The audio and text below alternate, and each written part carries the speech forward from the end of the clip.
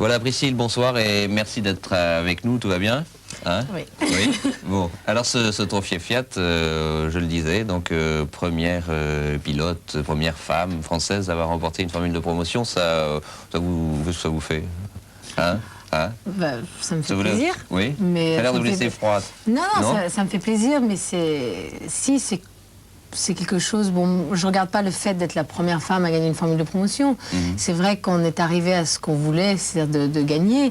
Jamais j'aurais imaginé ça il y a maintenant 2 saisons en arrière quand j'ai commencé. Donc je suis contente pour le titre en lui-même. Maintenant, savoir que je suis la première femme à avoir remporté une formule de promotion, bon, c'est vrai que ça en rajoute un petit peu sur le titre, mais déjà, bon, le plus important, c'est, je crois, d'avoir remporté la formule de promotion. Voilà, parce que pour vous, ça débouche sur d'autres choses, hein, sur des choses plus constructives, oui. ou plus... Quoi, en l'occurrence? Eh ben, ça m'a permis, pour l'année prochaine, de faire le championnat de France en première division avec 3 épreuves du championnat du monde, avec une Sporting. Fiat Sporting. Voilà, alors justement, Priscille, vous allez nous expliquer, parce que la Fiat Sporting, pour ceux qui nous regardent, eh bien c'est la même voiture, la même caisse, mais c'est le modèle au-dessus de celle du trophée. Alors expliquez-nous exactement. C'est-à-dire que la Sporting en série fait pratiquement le même nombre de chevaux à quelque chose près que la Cinquecento, Fiat Cinquecento de rallye qu'on a eu là pendant les 2 saisons. C'est-à-dire un peu plus de 100 chevaux. Hein. Non, mais là, de série, c'est 55 chevaux. D'accord. Donc celle qui va être développée pour l'année prochaine, qui n'est pas encore prête, donc je ne peux pas te donner exactement les chevaux près, mais fera environ 100 chevaux. Ouais. Donc ça va commencer à être une voiture qui va avancer. Qui va bien avancer, puisqu'elle aura un rapport poids-puissance qui sera intéressant. Ouais. Et puis on fera tout pour que ce soit une bonne voiture, je suis persuadée. Bien, alors, Priscille, j'aimerais revenir avec vous sur les années Trophée Fiat Cinquecento, vos débuts dans le sport automobile. Comment vous avez vécu ces débuts? Est-ce que vous avez été surprise par rapport à ce à quoi vous vous attendiez? Je sais qu'il y a eu des moments un petit peu difficiles à passer. Quelle image vous garderez, quel souvenir vous garderez de ces années Trophée? Bah déjà, quand j'ai commencé en me disant on va voir ce que ça peut donner. J'avais jamais fait d'école de pilotage, j'avais jamais rien fait, donc je pouvais pas me situer dans une voiture. Et bon, j'avoue qu'avec Sophie Fabrel, on a beaucoup travaillé pour essayer d'arriver à un niveau. Et petit à petit, quand les résultats commençaient à arriver, c'est vrai que j'étais contente et je me disais bon, il faut continuer à travailler, continuer. Il y a eu des moments difficiles, mais je crois que dans n'importe quel milieu, il y a des moments difficiles à passer, surtout quand on commence, quand on se fait connaître, quand c'est un début. Mais je crois que petit à petit, les gens commençaient à se rendre compte que ça marchait, qu'il y avait du travail derrière, que bon, des choses se faisaient pour que ça puisse marcher. Et c'est là que vous êtes prise au jeu, parce que vous êtes un jeune mannequin de chez Ferro, et puis du jour au lendemain, comme ça, vous décidez pas de faire une carrière dans le sport auto.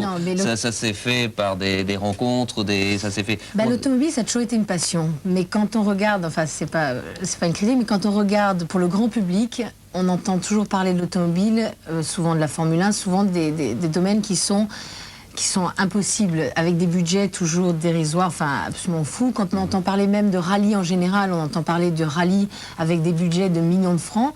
Donc c'est vrai que pour moi, je me disais, mais attends, comment tu peux commencer là-dedans?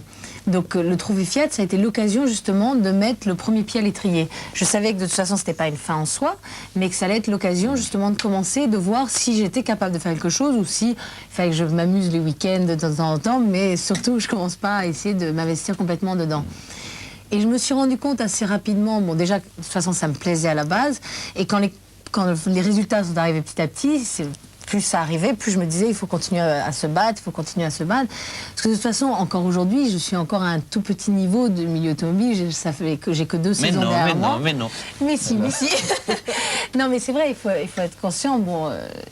j'ai encore plein de choses à apprendre et c'est justement pour ça que je suis contente la saison qui arrive d'avoir une voiture plus puissante, de pouvoir découvrir des rallyes plus longs, aussi bien les rallyes de championnat de France que les rallyes de championnat du monde que je ferai. Alors lesquels? Quels seront-ils? En championnat du monde, ça sera le Monte-Carlo, le Tour de Corse et le San Remo. Ok.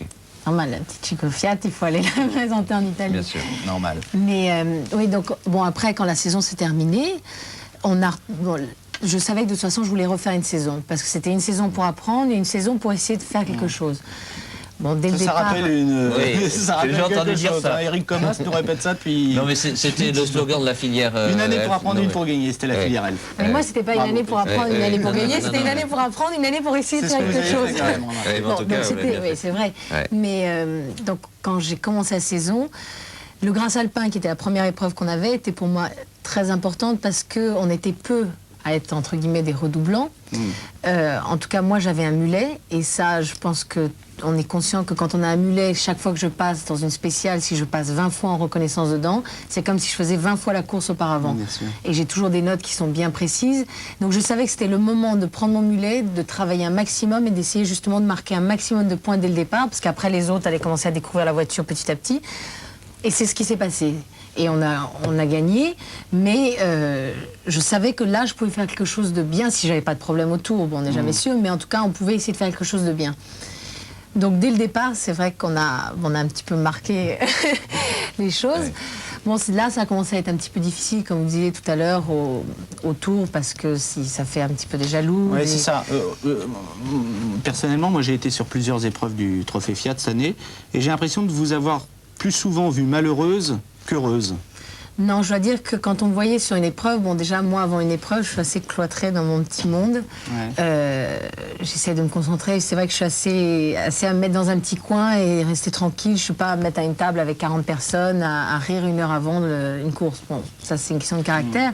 Mais c'est pas une question d'être malheureuse, c'est que je crois que j'ai essayé de me protéger, j'ai essayé de garder toute ma concentration pour la course.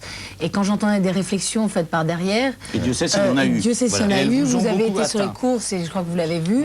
Ce que je voulais, moi, c'est me cloîtrer.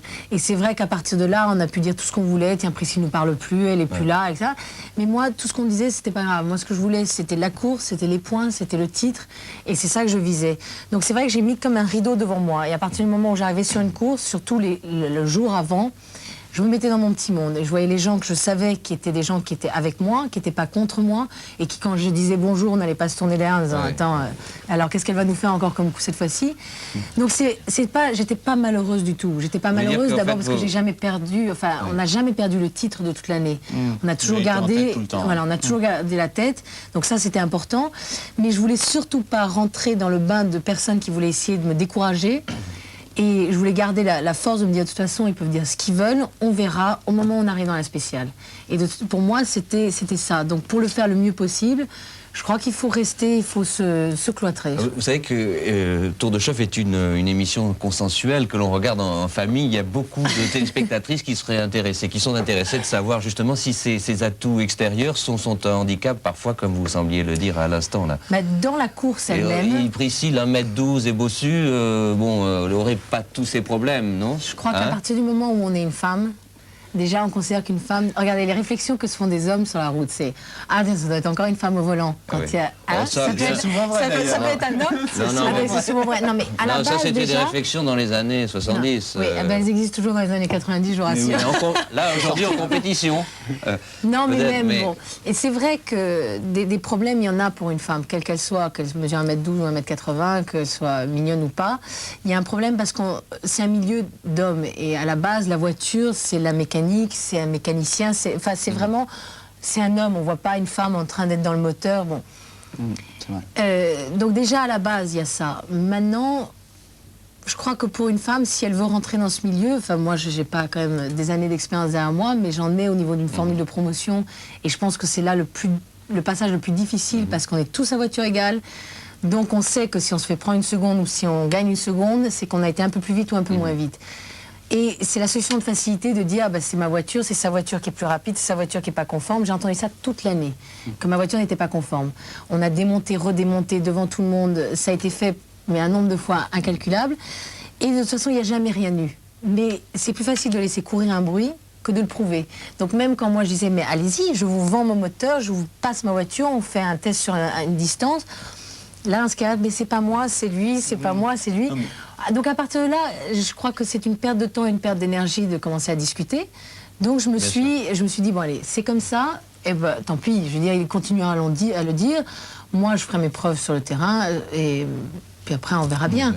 Mais j'allais pas perdre mon temps à essayer de discuter. Dans quelques jours, le Monte Carlo, et là, vous êtes en train de vous y préparer. Oui, d'ailleurs, Priscille est venue nous voir pendant ces reconnaissances du Monte Carlo. On vous en remercie. Merci. C'est normal.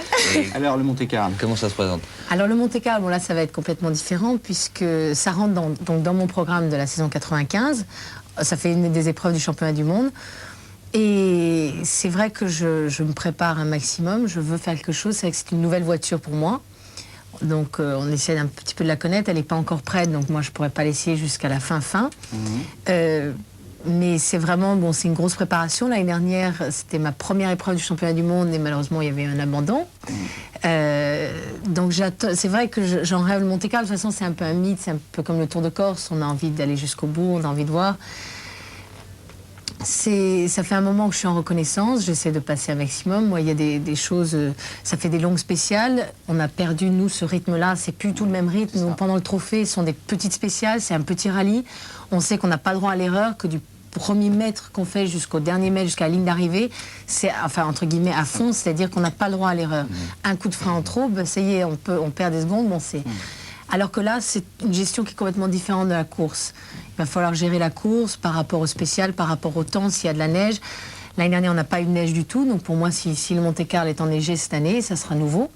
Il y a des chances qu'il le soit. Et il y a des chances qu'il le soit. Pour le dire, on n'est que le 8 janvier, mais il y a des chances. Hein. Voilà, il y a des chances qu'il le soit. Là, c'est vrai qu'autour de Grenoble, il y a beaucoup de neige. Ouais. Donc ça sera un petit peu partagé. Je pense qu'il y en aura peut-être un petit peu à certains endroits, ça serait bien. Ouais. Mais pour moi, ça sera complètement différent. Là, si c'est enneigé, ça va être... encore autre chose. Et puis alors en fait ce sera un super galop d'essai parce que c'est vrai que le trophée Fiat ne vous a préparé qu'à faire des épreuves courtes et vous allez faire du championnat de France avec des épreuves qui même si elles ont été raccourcies ces dernières années restent des épreuves beaucoup plus longues. Donc ça c'est nouveau pour vous. Ah ça c'est nouveau, c'est vrai que pour moi ça va être une saison qui est quand même très chargée mais je ne peux pas me plaindre parce que c'était mon rêve, j'arrive à ce que je voulais et donc bon ça va être beaucoup de travail de reconnaissance parce que toutes les épreuves vont être pratiquement nouvelles parce que les peu d'épreuves qu'on ait fait de championnat de France première division, on en a fait 50 km ou 80 km donc ça recouvre absolument pas tout le rallye donc là on va là ça va être du travail mais je voudrais justement... Et je sais qu'en plus, à mon avis, on m'attend au tournant.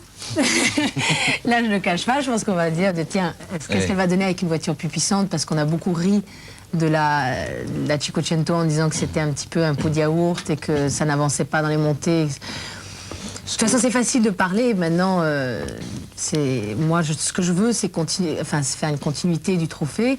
C'est de... La Sporting, je suis persuadée qu'elle peut donner quelque chose. J'ai vu en Corse déjà ce que la Cinquecento pouvait donner sur des spéciales bien sinueuses. Elle était bien placée par rapport à des voitures bien plus puissantes. Donc j'espère, on verra bien dans les premières courses, mais j'espère que ça sera une voiture qui pourra commencer vraiment à se battre avec les petites.